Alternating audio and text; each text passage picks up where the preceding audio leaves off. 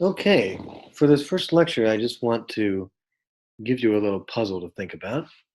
So here it is. This is an exercise in bad thinking.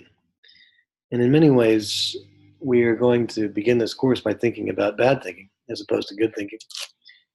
Uh, so the task for now, this is just for fun, is to see if you can figure out where the mistake is in this bit of reasoning that I'm going to show you. And what I'm going to attempt to do is to prove that 1 equals 2. I'm just going to start with a simple equation that says A equals B.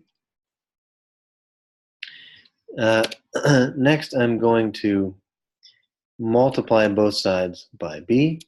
So I get AB equals B squared. And then I'm going to subtract both sides from A squared.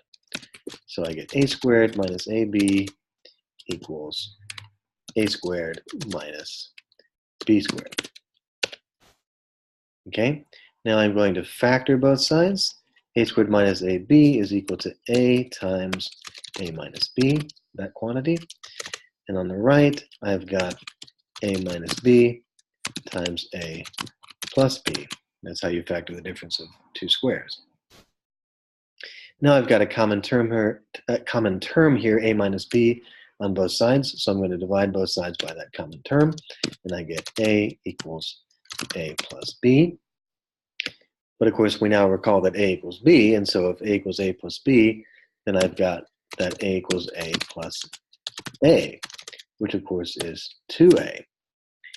And so if A equals 2A, I can divide by the common term A, assuming that A is not equal to 0, and I can get 1 equals 2.